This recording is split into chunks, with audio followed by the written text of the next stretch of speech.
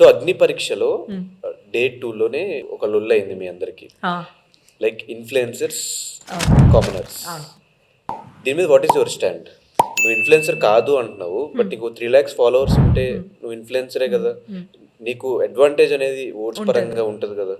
I'll tell you, influencer commoners అని ఒక topic వచ్చినప్పుడు కొంతమంది కంటెస్టెంట్స్ రేస్ చేసినప్పుడు నీకు ఒకటి చెప్తా. నేను ఇంతకు ముందు అంటే కాంటెంట్ క్రియేషన్ చేయకముందు నేను ఎవరికి తెలియదు.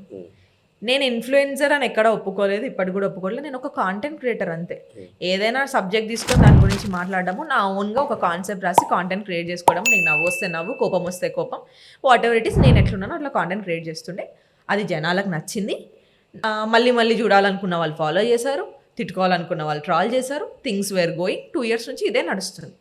నాలాగా గల్లీకి ఒక 10 మంది ఏదో ఒక కాంటెంటో రీల్సో చేసుకుంటూ పైకి వస్తూనే ఉన్నారు. ఐ డోంట్ థింక్ నేను ఇన్ఫ్లుయెన్సర్ అని పిలువబడతాను ఇప్పుడైతే ఈ స్టేజ్లో నేను అనుకోవట్లేను. బికాస్ నేను ఎవరినో ఇన్ఫ్లుయెన్స్ చేయాలని ఇప్పటిదాకా ఏం కాంటెంట్ చేయలేదు. నేను చేసేదానికి ఎవరైనా ఇన్ఫ్లుయెన్స్ అయితే వెల్ అండ్ గుడ్.